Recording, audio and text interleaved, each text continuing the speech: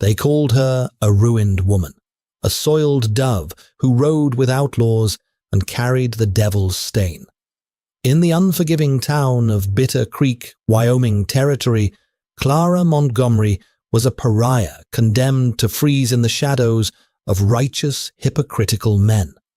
But up on the jagged, wind-whipped ridges of Widow's Peak lived a man who cared nothing for prairie gossip. Gideon Hayes was a scarred, silent mountain man who preferred the company of wolves to town folk. When the town pushed Clara into the freezing wilderness to die, they didn't realize they were delivering her straight into the arms of the one man who would tear the world apart to keep her safe. The October wind, howling through Bitter Creek, carried the bitter promise of an early winter, but it was nothing compared to the chill inside Ezekiel Cobb's general store. Clara Montgomery stood near the flour barrels, her threadbare woolen shawl pulled tight across her slender shoulders. She was a striking woman, 23, with hair the color of roasted chestnuts and eyes like bruised violets, but her beauty was a curse in a town that had already decided her worth. A year ago, the notorious Holloway Gang had been gunned down by a federal posse just outside of town. Clara had been found in their camp battered and half-starved. But rather than see a captive, the pious folk of Bitter Creek saw a willing accomplice, the outlaw leader's rumored paramour. The label Tainted had been stitched to her reputation as surely as a scarlet letter. "I have the money, Mr. Cobb." Clara said, her voice quiet but steady, pushing 3 silver dimes across the scarred wooden counter. "Just a small sack of cornmeal and a tin of coffee." Ezekiel Cobb didn't even look at the coins. He continued wiping a glass jar with a dirty rag, his jaw set in a line of righteous indignation. "Store's out of cornmeal, out of coffee too." Clara glanced past him to the shelves, groaning under the weight of burlap sacks and colorful tins. "I can see them right behind you." "Reserved for decent folk?" A sneering voice echoed from the doorway. Clara stiffened. Deputy Harlan Clemens sauntered into the store, the spurs on his boots jingling a sinister rhythm. He was a cruel, opportunistic man who took immense pleasure in the town's unified disdain for Clara. He stepped too close, the stench of stale whiskey and chewing tobacco rolling off him. "You ought to move along, Clara," Clemens murmured, leaning in so his breath hot against her cheek. "Unless you're looking for a different way to pay for your keep. We all know how you earned your keep with the Holloways." Clara's hands balled into fists, her fingernails biting into her palms. She refused to cry. She had promised herself she would never let these people break her. "Leave me alone, Harlan, or what?" Clemens chuckled, reaching out to grab a fistful of her shawl. "Who's gonna stop me? You ain't got no outlaws to protect you no more." The bell above the door chimed, but it wasn't a delicate sound. The heavy oak door was shoved open with such force it slammed against the interior wall, rattling the glass jars on Cobb's counter. The temperature in the room seemed to drop 10 degrees. A towering figure filled the doorframe, eclipsing the grey afternoon light. It was Gideon Hayes.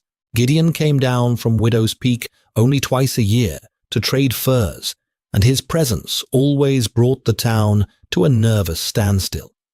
He stood 6'3", broad-shouldered, draped in a massive coat made of grizzly bear and wolf hide. A thick, dark beard obscured the lower half of his face, but a jagged pale scar slashed across his left cheekbone, disappearing into his hairline. His eyes, a startling glacial blue, locked onto Deputy Clemens. He didn't speak. He didn't have to. Gideon moved into the room with the terrifying grace of an apex predator. He carried a heavy Winchester 73 rifle in his right hand, the barrel resting casually against his shoulder.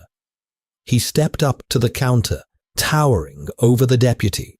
Clemens swallowed hard, immediately dropping Clara's shawl. He took a stumbling step back, his hand nervously hovering near his holstered revolver, though everyone in the room knew he wouldn't dare draw on the mountain man. "Hayes," Clemens muttered, trying to salvage his pride. "Just keeping the peace." Gideon stared at him until Clemens broke eye contact and scurried out the door, the bravado evaporating like spit on a hot griddle. Turning his attention to the counter, Gideon dropped a heavy bundle of prime beaver and marten pelts onto the wood. Cobb jumped his eyes wide. "Need salt." Gideon's voice was a deep, gravelly rumble, unused and harsh. "Ammunition, flour, and give the lady what she asked for." Cobb sputtered. "Now listen here, Hayes, she ain't—" Gideon slammed a massive leather-gloved hand flat onto the counter. The wood groaned under the pressure. "Give her what she asked for." Trembling, Cobb hurried to fill a sack with cornmeal and snatched a tin of coffee from the shelf, shoving them toward Clara. Clara stared at the goods, then up at the mountain man. She expected a leering gaze, the same expectant, dirty look every man in Bitter Creek gave her. But Gideon didn't look at her like she was a prize or a piece of trash. He looked at her with a profound, quiet understanding, acknowledging her presence without demanding a piece of her soul. "Thank you," Clara whispered, her voice trembling slightly despite her best efforts. "But I can pay." She offered her 3 dimes. Gideon didn't take them.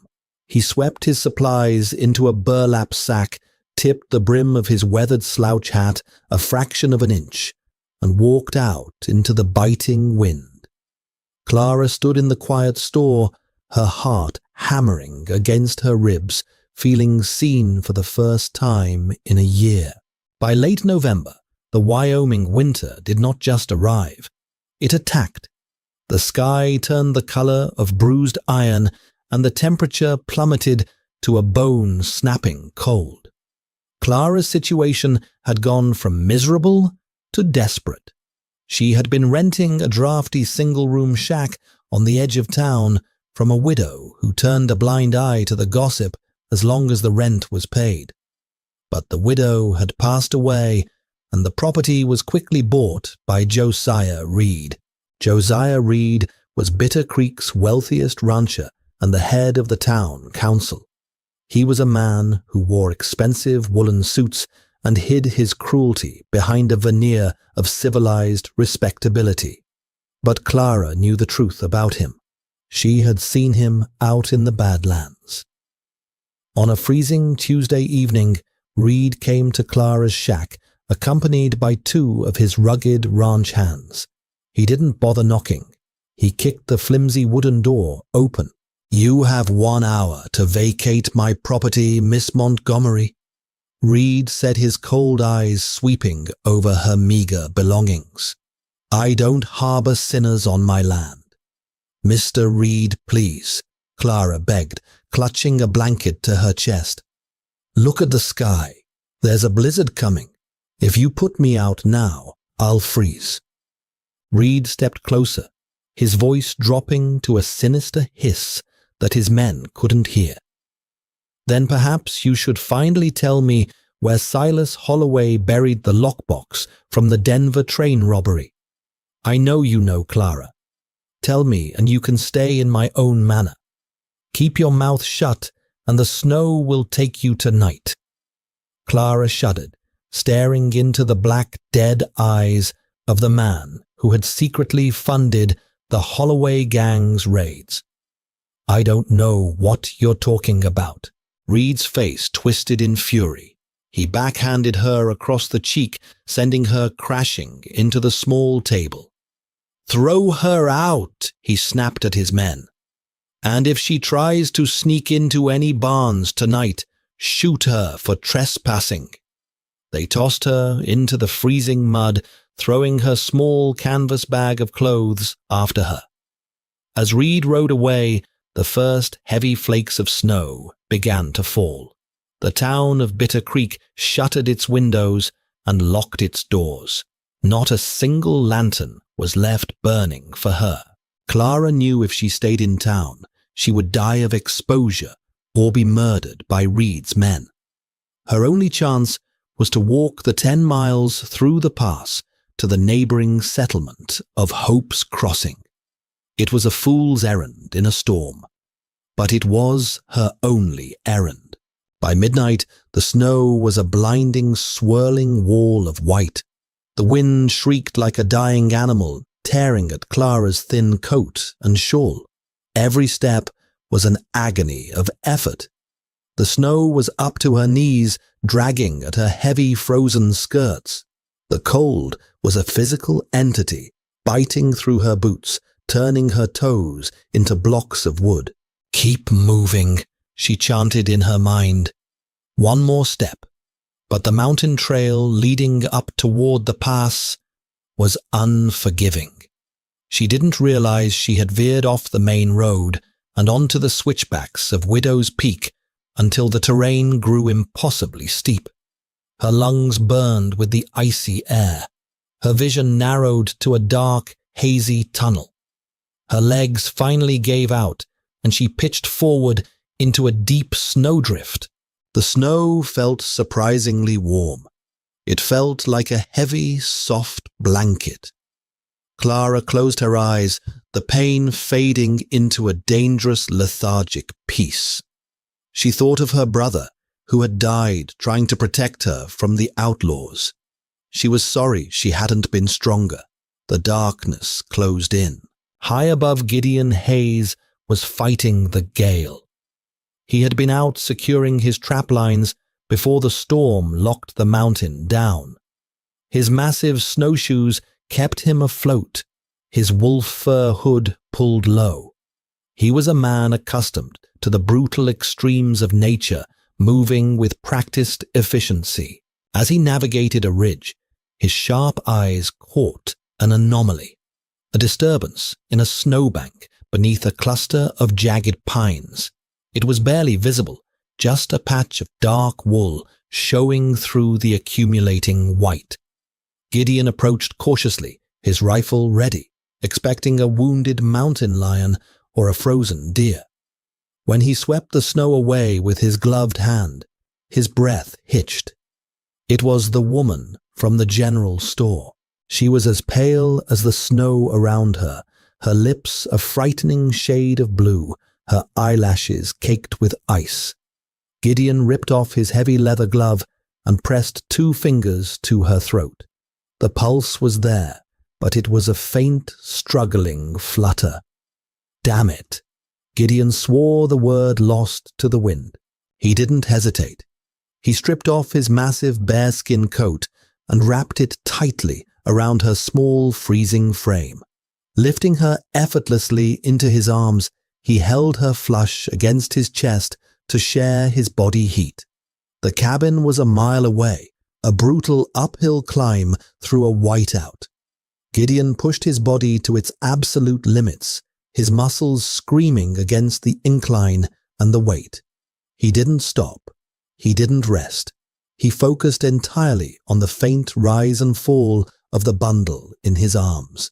When he finally kicked open the heavy oak door of his cabin, the embers in his massive stone hearth were still glowing.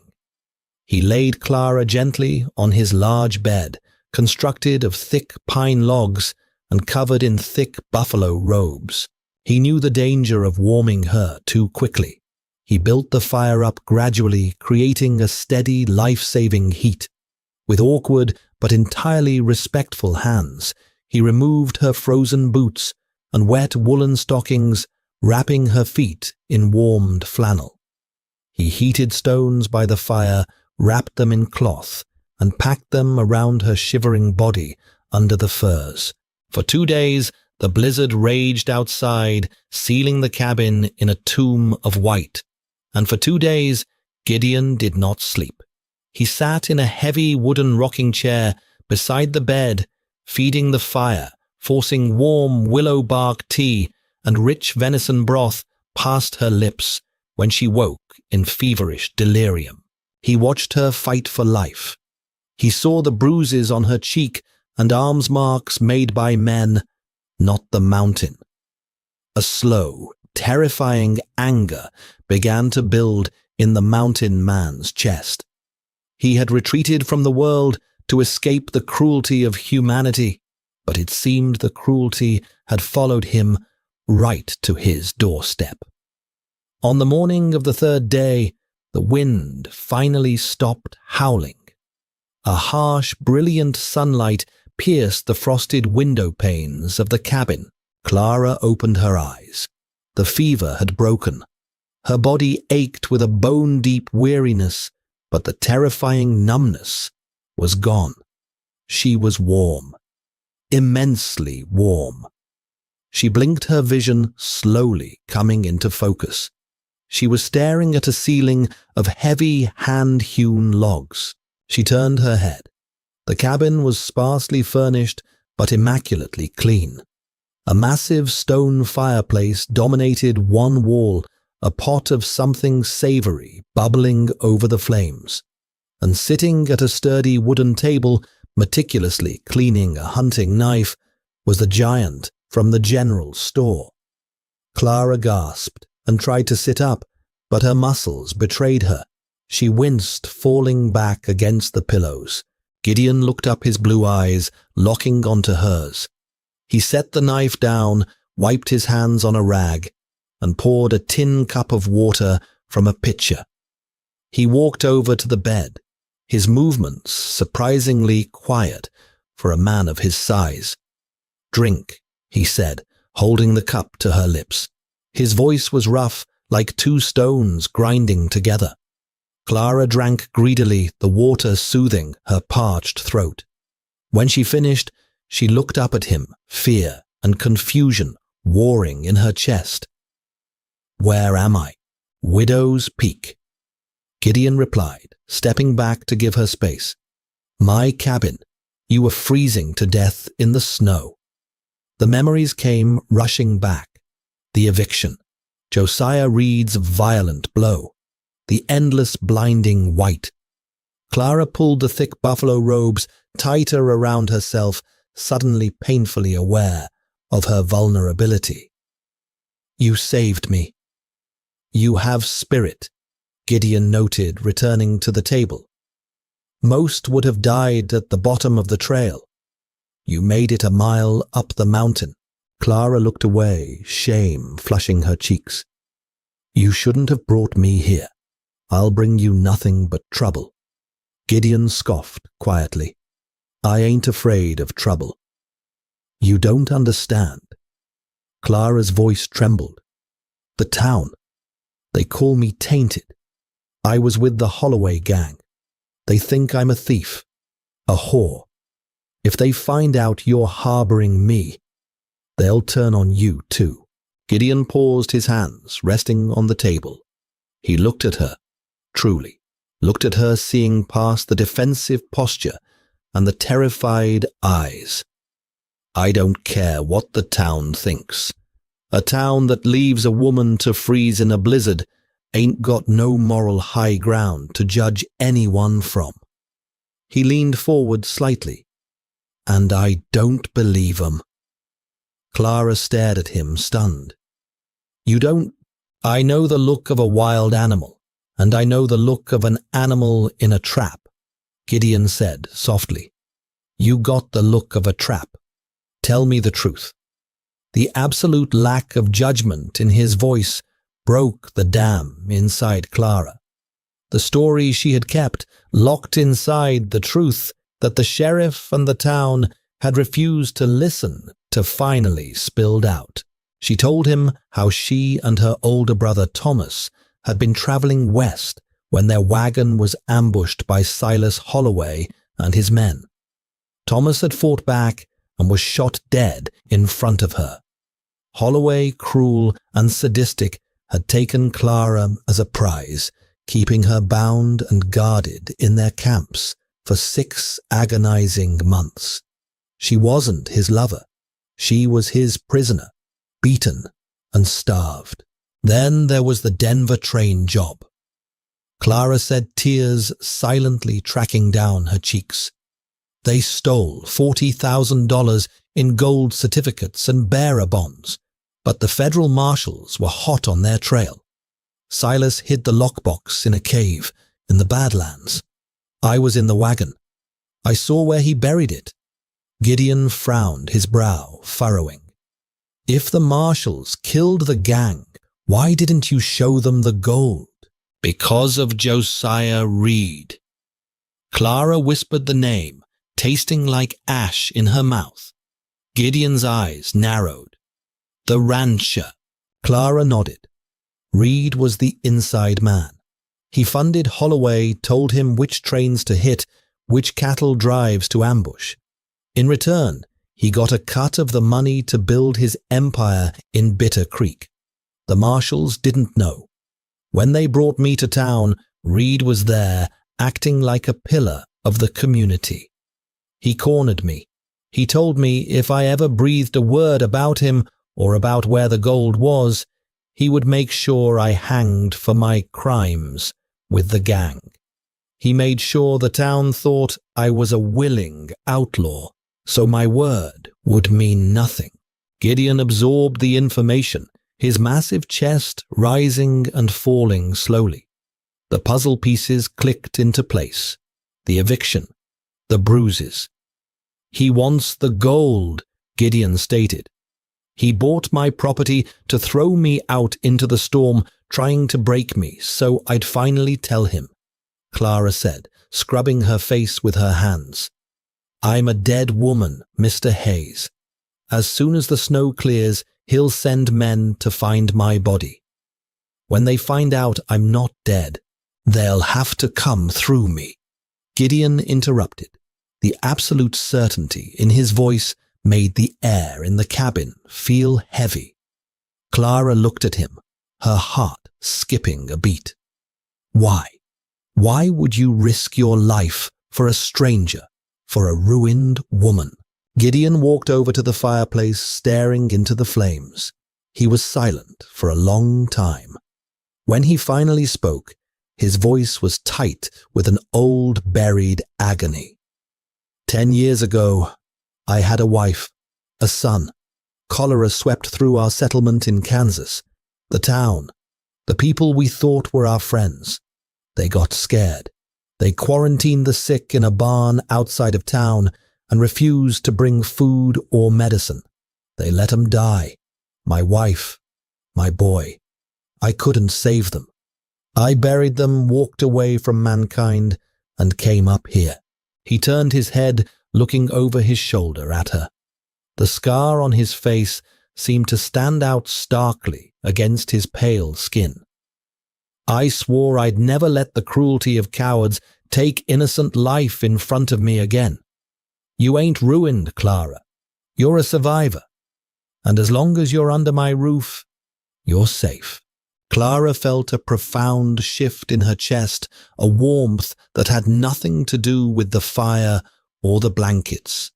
It was hope. It was the feeling of being protected by a man who possessed immense strength but chose to use it for kindness. For the next few days, as Clara regained her strength, a quiet domestic rhythm settled over the cabin. Gideon cooked chopped wood and checked his perimeter. Clara mended his torn clothing and helped prepare meals.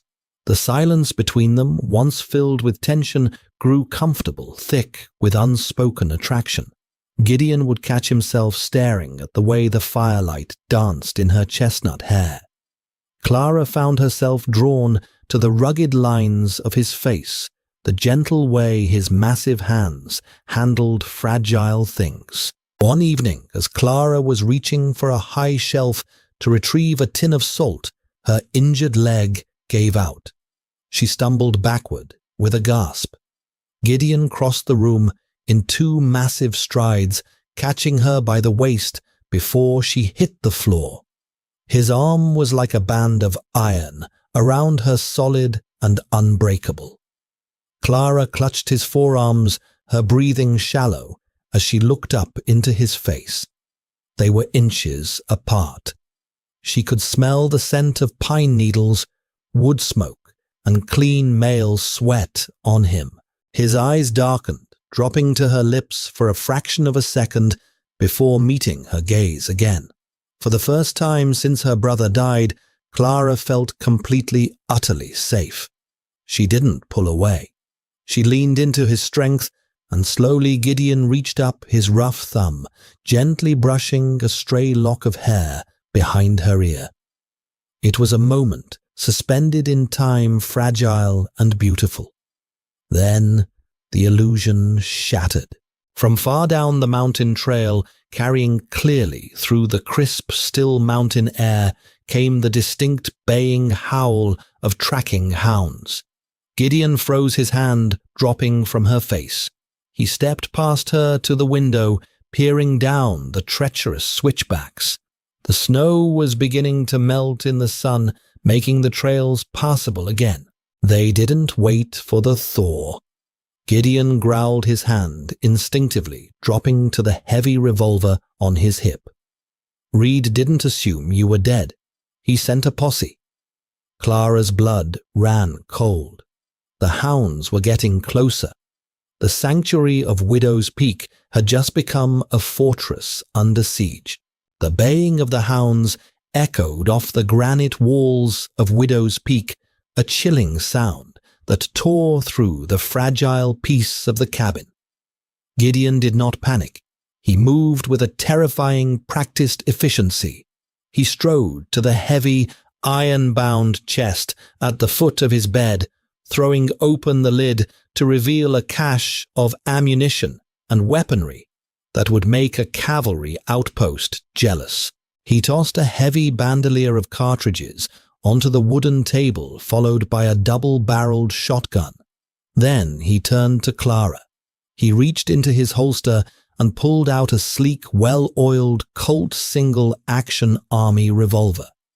He checked the cylinder, snapped it shut with a flick of his wrist, and held it out to her by the barrel. "Take it," Gideon commanded, his voice devoid of its earlier softness. It was the voice of a man preparing for war. Clara's hands shook as she took the heavy iron. "Gideon, I've never shot a man. You don't shoot to kill Clara. You shoot to stay alive." He told her, his piercing blue eyes locking onto hers, anchoring her in the rising tide of panic. "Keep your finger off the trigger until you're ready to fire. Aim for the center of the chest. The kick will be hard, so lock your wrists. If they breach that door, you don't hesitate. You understand me." Clara swallowed the lump of terror in her throat and nodded. She gripped the cold wood of the handle. She was done being a victim. She was done letting men like Josiah Reed dictate whether she lived or died. "I understand." Gideon barred the heavy oak door with a thick timber beam and slammed the heavy wooden shutters over the windows, leaving only narrow slats open for his rifle barrel. He grabbed his Winchester .73, chambering around with a sharp mechanical clack that sounded deafening in the quiet cabin. Outside, the crunch of boots on the melting snow grew louder. The hounds were silenced, likely tied to the trees at the edge of the clearing. Through the slat, Clara could see them. There were 6 men, heavily armed, fanning out in a semicircle around the front of the cabin. In the center stood Josiah Reed, wearing a thick buffalo coat, a smug, contemptuous sneer twisting his aristocratic features. Beside him was Deputy Harlan Clemens, nervously chewing on a cigar. "Hayes." Reed's voice boomed across the clearing, carrying easily on the thin mountain air. "I know you're in there. and I know you have the Montgomery woman. I am the law in Bitter Creek, and I am ordering you to turn over the fugitive." Gideon pressed his cheek against the wooden stock of his rifle. "You ain't the law up here, Reed." Gideon's gravelly voice roared through the cracks in the shutters. "You're trespassing on my claim. Turn around and walk down that mountain, or you'll be carried down it in pine boxes." Reed laughed a cold, humorless sound. "You're a fool mountain man. You think you can protect a soiled dove from the rope. She's a thief. She knows where the gang hid $40,000 in federal gold. Send her out, and maybe I'll let you live to trap another winter." "She ain't going nowhere," Gideon replied. "Then burn him out," Reed snapped to his men. The clearing erupted in thunder. Bullets slammed into the thick pine logs of the cabin, sending splinters of wood and chunks of chinking flying into the air. Clara dropped to her knees, covering her ears, as the deafening roar of gunfire filled the small room. The air instantly grew thick with the acrid, sulphurous stench of black powder. Gideon didn't flinch. He tracked his targets through the narrow slat. He exhaled a long, steady breath and squeezed the trigger. The Winchester cracked. Outside, one of Reed's hired guns let out a sharp cry and collapsed into the snow, clutching his thigh. Gideon levered the rifle and fired again. A second man's hat flew off his head in a spray of crimson, and he dropped lifelessly to the dirt. Panic rippled through the posse. They hadn't expected the recluse to be a crack shot. They scrambled behind the thick trunks of the surrounding ponderosa pines, pinning the cabin down with blind, suppressive fire. "Clemens," Reed shouted, ducking behind a boulder. "Take 2 men and circle around the back. He can't watch all 4 walls." Inside, Gideon heard the order. He looked back at Clara, who was crouched beside the stone hearth. "They're moving to the rear. The root cellar door is weak. Watch it." Clara crawled across the floorboards, her heart hammering against her ribs like a trapped bird. She positioned herself behind the heavy oak table, leveling the heavy Colt at the reinforced door leading to the cold storage. She could hear the crunch of snow outside. She heard the scrape of metal against wood as someone tried to pry the cellar door open. Her breath came in short, jagged gasps. The memory of the outlaw camp, of being helpless in the dark, threatened to paralyze her. But then she looked at Gideon, standing tall and immovable by the front window, bleeding from a superficial graze on his cheek, fighting a war that wasn't his just to keep her safe. "I am a survivor," she told herself. The cellar door splintered inward with a loud crash. Deputy Harlan Clemens shoved his way into the dim light of the cabin, his revolver drawn, a cruel, triumphant grin spreading across his face. He saw Clara crouched behind the table. "Well, well," Clemens sneered, raising his gun. "Look what I—" Clara didn't scream. She didn't close her eyes. She remembered Gideon's words. She locked her wrists, aimed for the center of his chest, and pulled the trigger.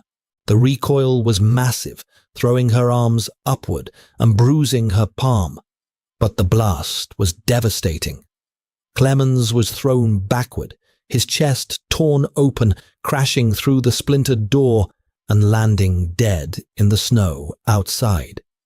Gideon glanced back at the sound of the blast. A grim smile touched the corner of his mouth. Good girl, but the distraction cost him. Outside, Reed had struck a match and lit a bundle of rags soaked in kerosene, tied to a stick of dynamite. He hurled it with all his might. The explosive landed on the sloping cedar shake roof of the cabin. "Dynamite!" Gideon roared. He dropped his rifle, lunged across the room, and tackled Clara to the floor, covering her body entirely with his massive frame. The explosion was catastrophic. The front quarter of the roof blew inward, raining burning wood ash and heavy snow down upon them. The shockwave shattered the remaining window shutters and blew the front door off its iron hinges. Smoke instantly filled the cabin, thick and choking. Clara coughed, her ears ringing with a high-pitched whine. She pushed against the heavy weight on top of her. "Gideon," she croaked. Gideon groaned, rolling off her. His left arm hung limply at his side, his shoulder severely mangled by a falling beam. Blood poured down his arm, soaking his sleeve. He tried to reach for his sidearm with his good hand, but his movements were sluggish, impaired by the concussion of the blast. Through the smoke and the ruined doorway, Josiah Reed stepped into the cabin. He held a repeating rifle leveled directly at Gideon's chest. Two of his remaining men flanked him. "It's over, Hayes." Reed coughed, waving the smoke away from his face. He looked down at the bleeding giant and the terrified woman beside him. "You put up a hell of a fight for a piece of trash. Now, Miss Montgomery, you are going to tell me exactly where that lockbox is buried, or I'm going to put a bullet in this mountain man's head. And then I'm going to let my boys have their fun with you before we hang you from that pine tree." Clara looked at Gideon. He was pale, losing blood fast, but his eyes were still fierce, silently begging her not to give in. But Clara couldn't watch him die. She wouldn't. "Wait!" Clara screamed, throwing herself over Gideon's chest, shielding him from Reed's rifle. "Stop, I'll tell you where it is." Reed's eyes gleamed with a sickening greed. He lowered the rifle a fraction of an inch. "Speak, girl. It's in the Badlands. The old Spanish silver mine at the bottom of Dead Man's Gulch." Clara lied, her voice trembling, though her mind was racing. She knew that mine. It was filled with deadly pockets of black damp gas and unstable shafts. If Reed went down there, he would never come up. He buried it in the lowest tunnel, behind a wall of loose shale. Reed smiled, a horrifying contortion of his face. "You see, was that so hard?" He leveled the rifle back at Gideon's head. "Thank you for your cooperation, Clara, but I can't leave witnesses behind." He placed his finger on the trigger. Clara squeezed her eyes shut. Crack.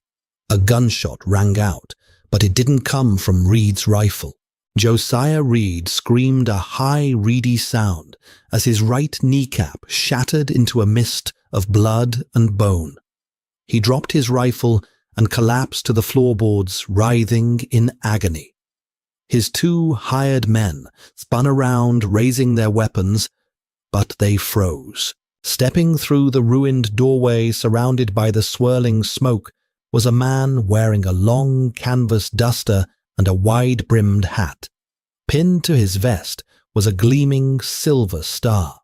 He held a smoking Sharps buffalo rifle in his hands, perfectly steady. Behind him, emerging from the tree line, were a dozen heavily armed deputies. "Drop the iron, boys," the lawman said. His voice wasn't loud, but it carried an authority that froze the blood in the hired gun's veins. "Or my deputies will cut you down where you stand." The two men looked at the army of lawmen outside and immediately dropped their guns, raising their hands in surrender. The lawman stepped over the groaning, bleeding form of Josiah Reed and looked down at Clara and Gideon. He tipped his hat. "Miss Montgomery, Mr. Hayes, I apologize for the dramatic entrance. Deputy United States Marshal Caleb Sterling, out of Fort Smith, reporting directly to Judge Isaac Parker." Clara stared at him, bewildered, her hands covered in Gideon's blood. How? How did you know we were here? Marshal Sterling holstered his sidearm and knelt beside them, pulling a clean bandana from his pocket to press against Gideon's bleeding shoulder. We've been tracking Josiah Reed for 6 months. The Pinkerton National Detective Agency noticed some glaring anomalies in his banking ledgers. A lot of dirty money being washed through Bitter Creek. While Reed was up here playing executioner, my men and I were tearing apart his office in town. We found the ledgers. Miss Montgomery. We found the letters he wrote to the Holloway gang organizing the train robbery. Clara felt the breath leave her lungs. You know he was the inside man. We know everything, Sterling assured her gently. We even found Holloway's personal journal among Reed's blackmail material. He detailed exactly how they kept you captive. You aren't a wanted woman anymore, Clara. You're a free citizen completely exonerated by Judge Parker's court. Clara slumped against Gideon, a sob tearing from her throat. The heavy, suffocating weight of the word tainted the burden she had carried for a year, finally shattered and fell away. She was free. Sterling's deputies hauled the screaming Josiah Reed to his feet, binding his hands. Take him down to the wagon, Sterling ordered. Bind his leg tight so he doesn't bleed out. I want him alive to face the hangman in Fort Smith. As the deputies cleared the cabin, Sterling looked at the ruined roof and the bullet-riddled walls. We brought a doctor with us in the wagon down at the pass. We can patch you up, Mr. Hayes, and we can take you back to town, Miss Montgomery. Get you a hot bath and a train ticket to anywhere you want to go. Clara looked down at Gideon. He was looking at her, his breathing shallow but steady. The fierce mountain man, the recluse who hated the world, had let himself be broken to protect her. Clara looked up at Marshal Sterling. Send the doctor up here, Marshal, but I won't be needing a train ticket. Sterling offered a knowing smile, tipped his hat once more, and walked out into the crisp mountain air. 3 weeks later, the snows on Widow's Peak began to melt in earnest, giving way to the brilliant emerald green of Wyoming spring.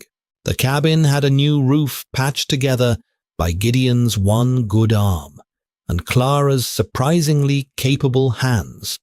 Gideon was sitting in his heavy rocking chair on the front porch, a thick blanket draped over his healing shoulder.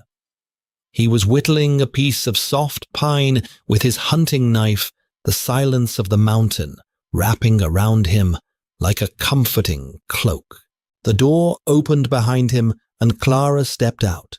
She was wearing a simple, clean calico dress they had purchased from a catalogue, her chestnut hair falling freely over her shoulders. The bruised, hunted look in her violet eyes was entirely gone, replaced by a radiant, quiet strength. She walked over and stood beside his chair, looking out over the vast, plunging valley below. The town of Bitter Creek was a tiny, insignificant speck in the distance. Gideon stopped whittling. He reached out with his good hand, his rough, calloused fingers gently taking her soft hand. He didn't look at the town. He looked only at her. You sure you don't want to go back? Gideon asked, his voice a low rumble. You're a free woman, Clara. You could have a life anywhere. A proper life. Clara smiled, a warm, genuine expression that made Gideon's chest ache in the best possible way. She threaded her fingers through his, stepping closer until her hip rested against his arm. I have a proper life right here, Clara said softly, looking down into his striking blue eyes. I spent my whole life looking for a place where I belonged, a place where I was safe. She leaned down, pressing a tender, lingering kiss to the jagged scar on his cheek. I found it on Widow's Peak, Gideon closed his eyes, leaning into her touch. The ghost of his tragic past, the anger that had isolated him for a decade, finally dissolved into the mountain breeze. He pulled her gently onto his lap, wrapping his good arm securely around her waist, burying his face in the sweet-smelling curve of her neck.